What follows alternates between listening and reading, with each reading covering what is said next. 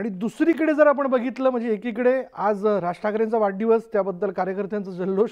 दुसरीकडे आपण पाहिलं तर अजित पवार जे आहेत, उपमुख्यमंत्री अजित पवार हे ॲक्शन मोडवरती आलेत. हो, ॲक्शन मोडवर.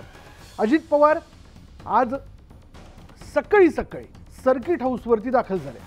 आज विधान भवनात ते आढावा बैठक घेणार आहेत. पालखी नियोजनासंदर्भात ही आढावा बैठक घेतली जाईल असं कळतंय. लोकसभा निवडणुकीत बारामतीत झालेल्या पराभवानंतर उपमुख्यमंत्री अजित पवार पहिल्यांदाच पुण्यात आले आणि सर्किट हाऊसवर ते दाखल झाले असून त्यानंतर विधान भवनात ते बैठक घेणार आहेत. पालखी नियोजनासंदर्भात ही आढावा बैठक जी ती घेतली जाईल आणि त्याचबरोबर काही महत्त्वाच्या सूचना देखील ते यावेळी सगळ्या अधिकाऱ्यांना देतील. अधिक माहिती आपण जाणून घेणार आहोत. आमचे प्रतिनिधी वैभव सोनवणे आता क्षणाला आपल्याबरोबर आहेत. तसं वैभव, अजितदादांनी सकाळी कार्यालयामध्ये जाणं आणि सगळ्या अधिकाऱ्यांची धावपळ होणं हे काही नवीन नाही आहे. पण आता बारामतीतल्या एकूणच सगळ्या निवडणुकीच्या घडामोडीनंतर दादा जे आहेत ते पुण्यामध्ये दाखल झालेले आहेत. आज दिवसभर त्यांचा कार्यक्रम कसा असणार आहे? विशाल, आज सकाळी भल्या सकाळी खरं तर 6:15 वाजताच अजित पवार हे त्यांच्या घरून सर्किट हाऊसला दाखल झाले. ते कालच पुण्यात आलेले होते. सुनेत्रा पवार आणि अजित पवार हे काल सोबत पुण्यामध्ये आले. बारामतीत झालेल्या पराभवानंतर पहिल्यांदा पुण्यात येताना सुनेत्रा पवार या खासदार म्हणून पुन्हा राज्यसभेचा अर्ज भरून आलेल्या होत्या. आणि या सगळ्या पार्श्वभूमीवरती आज सकाळी अजित पवार सर्किट हाऊसला दाखल झाल्यानंतर आज दिवसभराचा अत्यंत भरगच्च कार्यक्रम जो आहे तो त्यांचा असणार आहे. प्रशासकीय बैठका ज्या आहेत त्या एका पाठोपाठ एक 9:30 वाजता या प्रशासकीय बैठका सुरू होतील.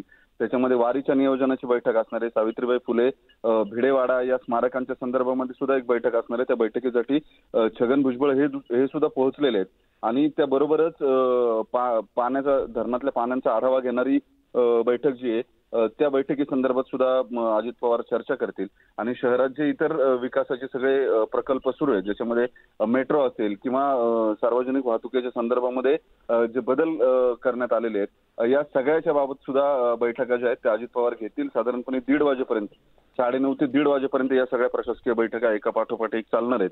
यामध्ये सगळ्यात महत्वाची बैठक ती म्हणजे वारीचं पुण्यातलं नियोजन जे आहे त्या संदर्भामधली बैठक जी आहे ती बराच काळ चालेल. कारण येत्या काळामध्ये वारी जेव्हा शहरामध्ये येईल तेव्हा त्यासाठी भक्तांसाठी लागणारं नियोजन जे आहे ते योग्य पद्धतीने केलेलं आहे की नाही याची चाचपणी जी आहे ती केली जाईल. वारकरी संघटनांचे प्रतिनिधी सुद्धा या बैठकीला हजर राहणार आहेत.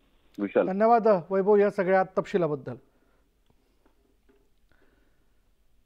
यानंतरची बातमी अशी की भाजपची आज महत्त्वपूर्ण बैठक जी ती पार पडणार आहे. उपमुख्यमंत्री देवेंद्र फडणवीस